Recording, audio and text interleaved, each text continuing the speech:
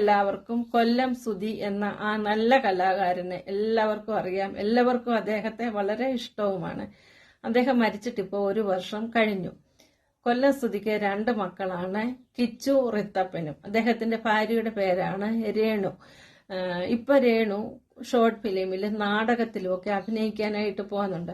അത് കണ്ടിട്ട് ചിലർക്കൊക്കെ കുരു പൊട്ടിയിരിക്കുകയാണ്. ഈ ഭർത്താവ് മരിക്കുന്ന സ്ത്രീകളെ വെള്ളവസ്ത്രമൊക്കെ ഉടുത്ത് വീട്ടിൽ കരഞ്ഞിരിക്കുകയാണ്. ഈ നാട്ടുകാർക്കൊക്കെ ഭയങ്കര സന്തോഷവും, അയ്യോ പാവം കഷ്ടം എന്ന് പറയും. അവര് ജീവിക്കാനായി, അവരുടെ കുഞ്ഞുങ്ങളെ വളർത്താനായി അവര് പണിക്ക് പോകുന്നു. പണിക്ക് പോകുന്നത് കണ്ടിട്ട് കുരു പൊട്ടിയിരിക്കുന്നവരാണ് നമ്മുടെ നാട്ടിലുള്ള വിവരം കെട്ട വിവരദോഷികളെന്ന് തന്നെ പറയണം. അവര് പോയി സിനിമയിലും നാടകത്തിലും ഒക്കെ ആണല്ലോ അഭിനയിക്കുന്നത്. അവര് തെറ്റായ രീതിയിൽ ജീവിക്കുന്നില്ലല്ലോ. അവര് പണിയെടുത്തല്ലേ ജീവിക്കുന്നത്. അവരുടെ മക്കളെ വളർത്താൻ